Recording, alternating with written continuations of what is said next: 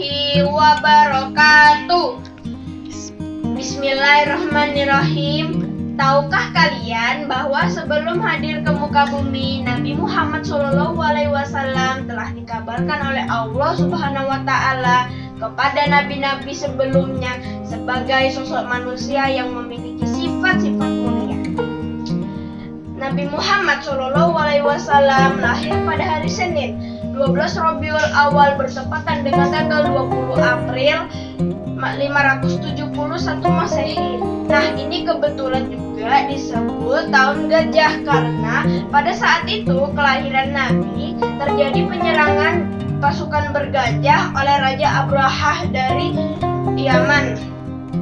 Nabi Muhammad SAW lahir dalam keadaan yatim.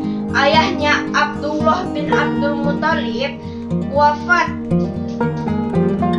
pada saat Nabi Muhammad SAW berusia 6 bulan di dalam kandungan ibunya. Saat bayi, Nabi Muhammad SAW diasuh oleh Halimah Sa'diyah di Bani Sa'ad, kabilah Hawazin, sampai usia 5 tahun. Ketika berusia 6 tahun, ibunya Siti Aminah wafat. Ia pun diasuh oleh kakeknya Abdul Muthalib. Sang kakek sangat menyayangi Nabi Muhammad. Namun sayang, Abdul Muthalib meninggal saat Nabi Muhammad SAW berusia 8 tahun. Kemudian Nabi Muhammad SAW diasuh oleh pamannya Abu Thalib hingga beranjak remaja. Abu Thalib mengajarkan bagaimana caranya menjalani hidup. Di usia 10 tahun, Nabi Muhammad SAW sudah mulai bekerja sebagai pengembala ternak milik orang lain untuk menghidupi dirinya sendiri. Saat di gurun pasir, ia menghayati artinya kehidupan. Sekarang menjadikannya lebih matang daripada usianya. Melihat kecerdasan dan kematangan keponakannya, itulah yang membuat Nabi Muhammad SAW diajarkan ilmu perniagaan oleh Abu Thalib. Sekarang Nabi Muhammad SAW ikut membawa barang dagangannya yang diambil oleh majikannya, yaitu yang bernama Siti Khadijah. Ketika kafilah dagang mereka sampai di kota Basrah di wilayah Syria besar, Abu Thalib dihampiri seorang pendeta yang terkenal di masa itu.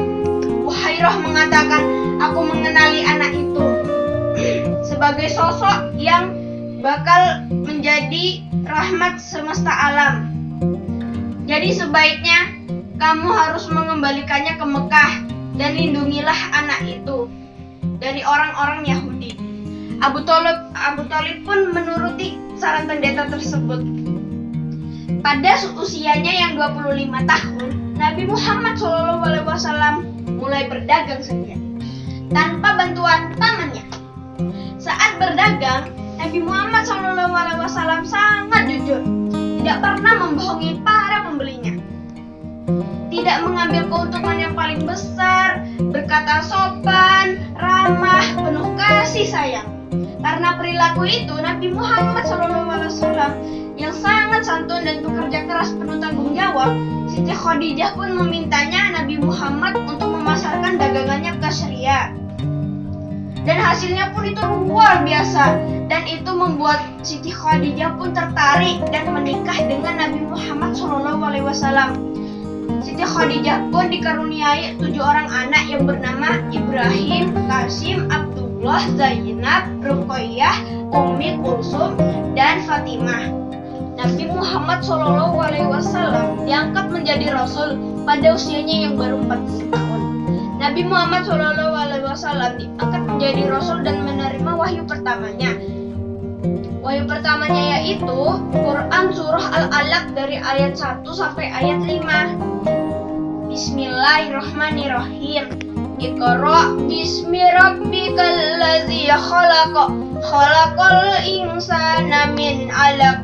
Iqra wa rabbukal akram, alladzi 'allama bil qalam, 'allamal insana ma lam ya'lam. Artinya, bacalah dengan menyebut nama Tuhanmu yang menciptakan. Dia telah menciptakan manusia dari segumpal darah.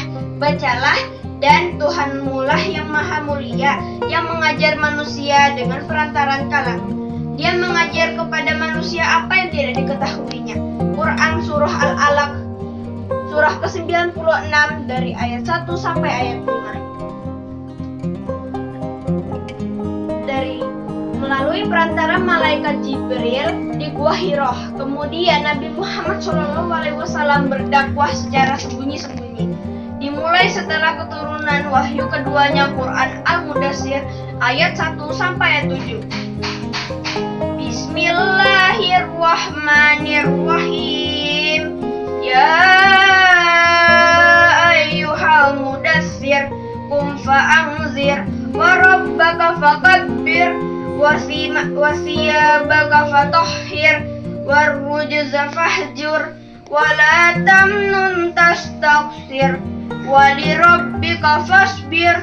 Wahai orang yang berkemul atau berselimut, bangunlah lalu berikanlah peringatan dan agungkanlah Tuhanmu, dan bersihkanlah pakaianmu dan tinggalkanlah semua perbuatan yang keji.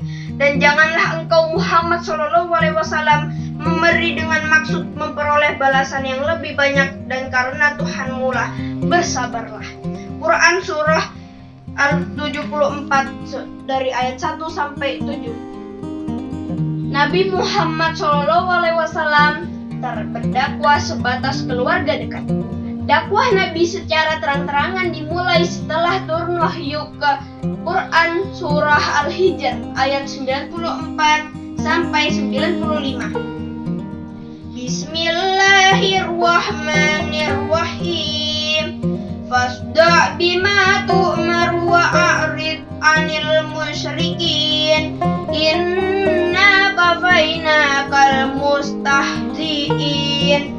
Artinya, maka sampaikanlah olehmu secara terang-terangan segala apa yang diperintahkan kepadamu, dan berpalinglah kamu dari orang-orang yang musyrik. Sungguhnya kami memelihara daripada kejahatan orang-orang yang memperolok-olok kamu. Quran Surah Al-Hijr surah ke-15 dari ayat 94 sampai 95. Dalam berdakwah, beliau selalu mendapat rintangan baik dari keluarganya